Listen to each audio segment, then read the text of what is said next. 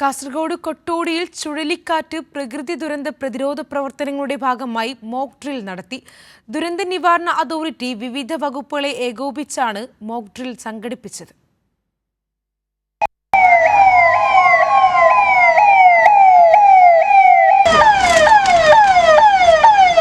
കാസർഗോഡിന്റെ മലയോര ഗ്രാമമായ കൊട്ടോടിയിൽ അപ്രതീക്ഷിതമായുണ്ടായ പ്രകൃതി ദുരന്തത്തിന്റെ ജാഗ്രതാ നിർദ്ദേശവുമായി അനൗൺസ്മെന്റ് വാഹനം കടന്നുപോയി. ദുരന്ത നിവാരണ സേനകളും പോലീസും അഗ്നിരക്ഷാ സേനയുമെല്ലാം പിന്നാലെ എത്തി രക്ഷാപ്രവർത്തനം തുടങ്ങി. അപകടത്തിൽപ്പെട്ടവരെ രക്ഷപ്പെടുത്തി ആംബുലൻസിൽ ആശുപത്രിയിലേക്ക്.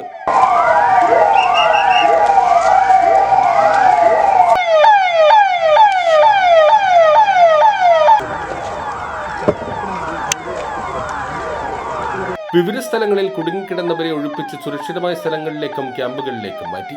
ഞെട്ടലോടെ കേൾക്കാൻ വരട്ടെ, സംഗതി ഒരു മോക്ക് ഡ്രിൽ മാത്രമാണ്. പ്രകൃതി ദുരന്തങ്ങൾ നേരിടാൻ ജനങ്ങളെ കൂടി ഉൾപ്പെടുത്തിയുള്ള മുൻകരുതൽ പ്രവർത്തനങ്ങളുടെ ഭാഗമായാണ് പരിപാടി സംഘടിപ്പിച്ചത്. ദേശീയ, സംസ്ഥാന, ജില്ലാ ദുരന്ത നിവാരണ അതോറിറ്റികൾ സംയുക്തമായാണ് ചുഴലിക്കാറ്റ് പ്രകൃതി ദുരന്ത പ്രതിരോധ മോക്ക് ഡ്രിൽ ഒരുക്കിയത്. മഴക്കാലങ്ങളിൽ പതിവായി വെള്ളം കയറാറുള്ള സാഹചര്യത്തിലാണ് കൊട്ടോടിയെ മോക്ക് ഡ്രില്ലിനായി തിരഞ്ഞെടുത്തത്.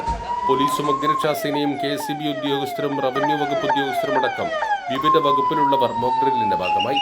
കൊട്ടോടി ഗവൺമെന്റ് ഹയർ സെക്കൻഡറി സ്കൂളാണ് ക്യാമ്പായും ആശുപത്രിയായും പ്രവർത്തിച്ചത്. പ്രകൃതി ദുരന്തങ്ങൾ വരുമ്പോൾ ദ്രുതഗതിയിൽ വിവിധ വകുപ്പുകളെ ഏകോപിപ്പിച്ച് നടത്തുന്ന രക്ഷാപ്രവർത്തനത്തിന്റെ നേർക്കാഴ്ചയായി മാറി. കൈരളി ന്യൂസ്, കാസർഗോഡ്.